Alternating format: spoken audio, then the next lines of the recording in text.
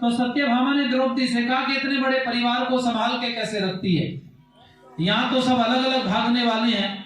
तो द्रौपदी ने 5 बातें बताई मेरी माताओं बहनों, और वो पहली बात कौन सी थी द्रौपदी की, जिससे उसने कहा कि मैं मेरे परिवार को संभाल के रखती हूँ। तो सुनो, द्रौपदी ने कहा कि मैं सबके जागने से पहले जागती हूँ। क्या कहा द्रौपदी ने, बोलो, ये माताएं कहेंगी, क्या कहा द्रौपदी ने? सबके जागने से पहले जाग जाती हूँ। क्यों? क्योंकि घर में अगर स्त्री पहले नहीं जागेगी तो ध्यान देना, घर का पतन हो जाएगा, घर बर्बाद हो जाएगा। इसलिए घर की स्त्री को, समझदार स्त्री को पुरुष से पहले घर में जागना चाहिए। तो द्रौपदी ने यह भी कहा कि मैं सबके जागने से पहले जागती हूँ, और दूसरी बात बहुत बढ़िया कही कि मैं सबको सुलाने के बाद में सोती हूँ। कई घरों में हम जाते हैं, हमारा तो रात दिन निरंतर कार्यक्रम है। अभी आपको बताऊं, 2-3 महीने से 2 दिन भी खाली नहीं रह पा रहे घर में।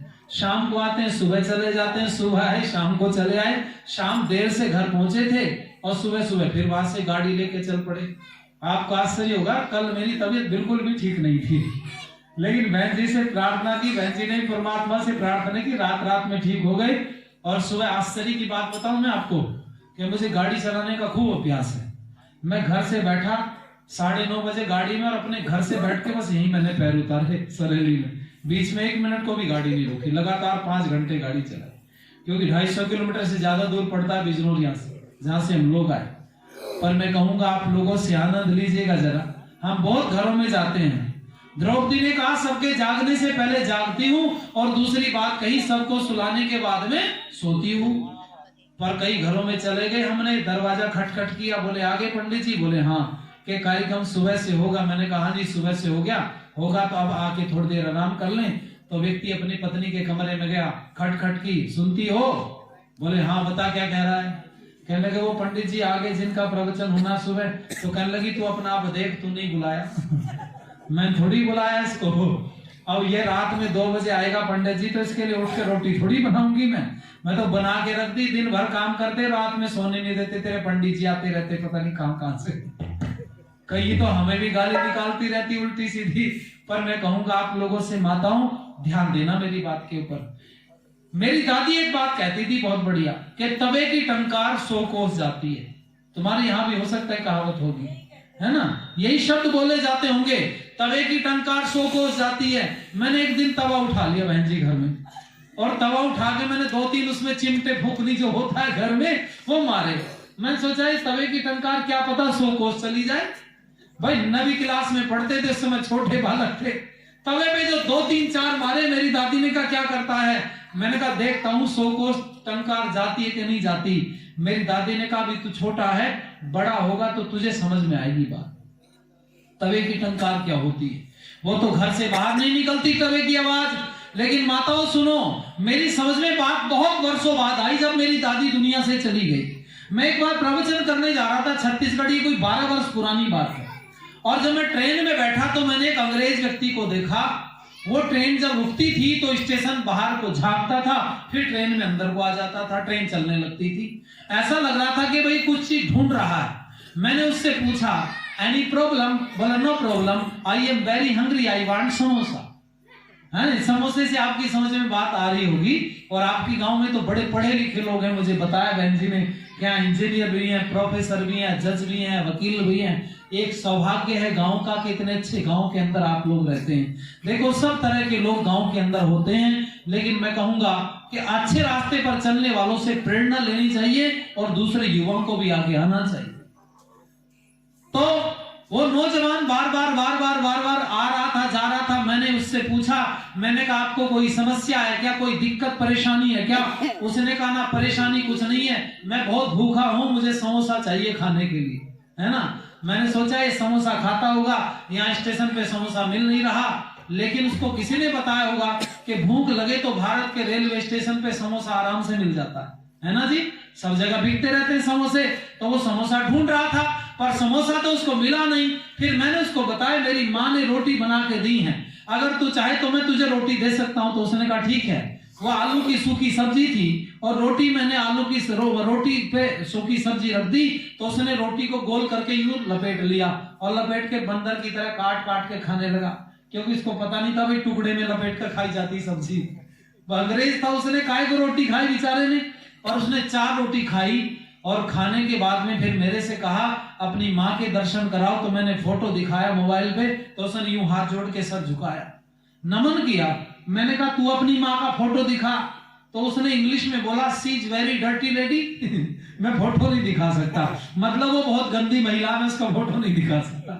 मैंने पूछा तेरी माँ अपनी माँ को कोई गंदा कैसे कह सकता है? तो उसने बात जो बताई उसको ध्यान से सुनो।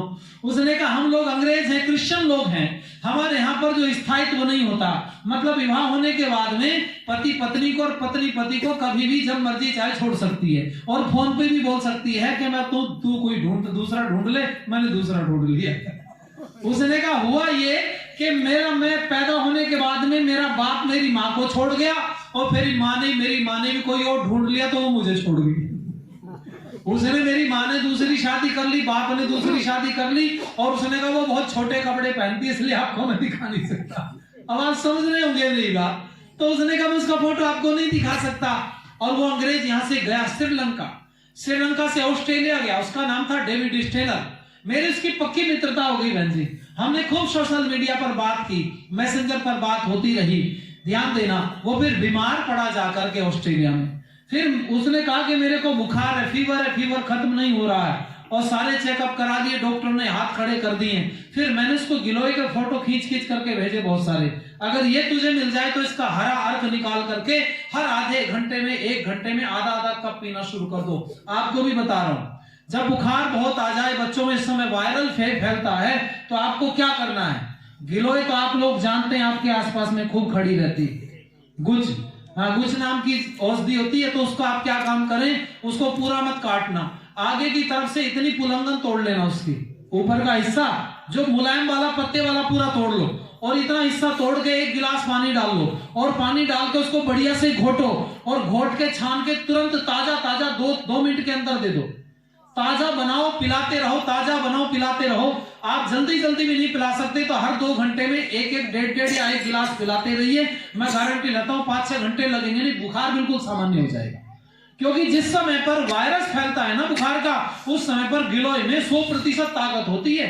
उसके मसल करके देखना, उसके मुलायम तने को पूरे हाथ चिकने हो जाएंगे आपके, इतनी उसके अंदर ताकत होती है। मैंने डेविड स्टेनर को बता दिया, और डेविड स्टेनर ठीक हो गया तो उसने बड़ा फिर मेरा धन्यवाद किया, अपने देश वापस चला गया। देश में जाके अपने बहुत सारे मित्रों से मेरी बात कराई, और बात करा के कहा कि भारत में एक मेरा मित्र है कुलदीप विद्यार्थी, इसने अपना भोजन मुझे कराया, अपनी रोटी मुझे खिलाई, और मैं जब बीमार पड़ा तो मुझे दवाई बताई, मैं ठीक हो गया। तो वो मेरी बात लोगों से कराता रहा। बहुत दिन बाद मैं बैठा था तो मेरे को दादी की याद आई। मैंने कहा दादी, तवे की टंकार तू को कहती थी 100 कोस जाती है, पर मैंने कहा दादी आज मैं तेरी बात को बढ़ा रहा हूं, तवे की टंकार 100 कोस नहीं जाती, तवे की टंकार तो 7 समुद्र पार तक चली जाती है। बोलो चली गई कि नहीं? अरे रोटी खा के गया, और कहां जाकर के उसने स्विट्जरलैंड का रहने वाला था, 7 समुद्र पार जाके बहन जी उसने वहां से गुणगान किया रोटी का। तो माताओं, तुम्हारे घर अगर कोई व्यक्ति आ गया तो बसने के लिए तो आया नहीं, क्यों जी? एक आध टाइम रोटी खा के चला जाएगा। पहले लोग थे, आते थे रिश्तेदार, कई दिन रुक जाते थे। अब कौन रुकता है बोलो? अब तो सब अपने साधन से आते हैं, कोई मोटरसाइकिल से, गाड़ी से आए, 2-4 घंटे बैठे और तुरंत निकल गए। और इतने में भी कई मुंह चढ़ाए बैठी रहती घर में। तो बताओ कौन आएगा तुम्हारे घर? इसलिए तवे की टंकार 100 कोस जाती है। और लिखा था किसी ने, भूख लगे तो खाना प्रकृति है, जरूर खाना चाहिए भूख में, लेकिन भूख ना लगे तो भोजन नहीं करना चाहिए। भूख लगे तो खाना प्रकृति है, भूख नहीं लगे तो खाना विकृति है, और दूसरों को खिला करके खाना हमारी भारतीय संस्कृति है। इस संस्कृति के लिए तो हम जीते हैं। और इसलिए मैं कहूंगा माताओं से कि आनंद लीजिएगा जरा मेरे साथ मिलकर के। गीत की लाइन अगर आप गुनगुना सकती हैं तो अच्छा लगेगा। अरे देश का छोटा बड़ा कैसा दीवाना हो गया, देश का छोटा बड़ा कैसा दीवाना हो गया, रास्ता कहते हैं ऋषियों का पुराना हो गया, रास्ता कहते हैं ऋषियों का पुराना हो गया। ऋषियों का पुराना हो गया। देश का छोटा बड़ा कैसा दीवाना हो गया। देश का छोटा बड़ा कैसा दीवाना हो गया। रास्ता कह दे ऋषियों का पुराना हो गया। रास्ता कह दे ऋषियों का पुराना हो गया। रास्ता कह दे ऋषियों का। रास आती है रसीली होटलों की सब्जियां। रास आती हैं रसीली होटलों की सब्जियां। चौका चूल्हा और रसोई कैद खाना हो गया। चौका चूल्हा और रसोई कैद खाना हो गया। देश का छोटा बड़ा कैसा दीवाना हो गया। देश का छोटा बड़ा कैसा दीवाना हो गया। रास्ता कहते ऋषियों का पुराना हो गया। रास्ता कहते ऋषियों का पुराना हो गया। रास्ता कहते ऋषियों का पुराना। और अब तो सच्ची बात बताऊं आपको, हमारी भी हालत खराब हो गई रहती। हमारे घर कभी चाय नहीं बनती थी, आपको बताऊं। कभी चाय नहीं बनी, हमने चाय का मुंह नहीं देखा। पर घर से आपने तो हाँ बहुत बढ़िया, धन्यवाद, आप आपके हिस्से में आया। तो आप हमने तो कभी चाय का मुंह देखा नहीं, पर जब उपदेशक बन गए बाहर जाके सब जगह चाय। वो है ना कि सुबह उठते बच्चे मांगे चाय चाय चाय, दूध मांगता ही नहीं कोई। पर मैं कहूँ आप लोगों से जरा ध्यान देना भाई।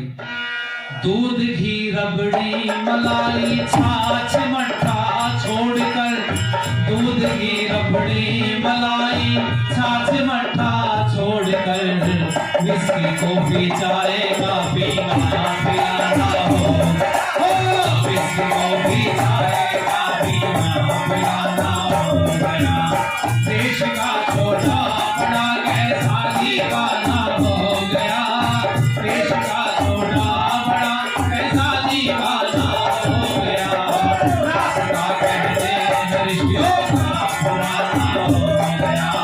रास्ता कहते ऋषियों का पुराना हो गया। रास्ता कहते ऋषियों का पुराना हो गया। दोष देते हैं ऋषियों को, पर ऋषियों की बात मानी कहाँ। बताओ कितनी माताएं ऐसी बैठी हैं सभा में जो रसोई में बिना नहाए नहीं जाती, कि भाई हम नहा के ही खाना बनाते हैं घर वालों के लिए।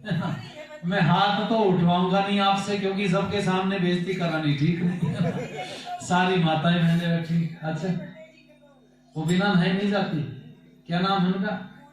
मोदी बहन के लिए ताली बजा दो जोर से। चलो एक का पता चला, और भी होंगी इनमें ऐसी। एक गांव अच्छा है सरेली, क्योंकि यहाँ अच्छे ना होते तो अच्छों का बीज कहाँ से जमता। और ये बाबू राम जी राव कहाँ से यहाँ से फिर निर्माण होकर के निकलता।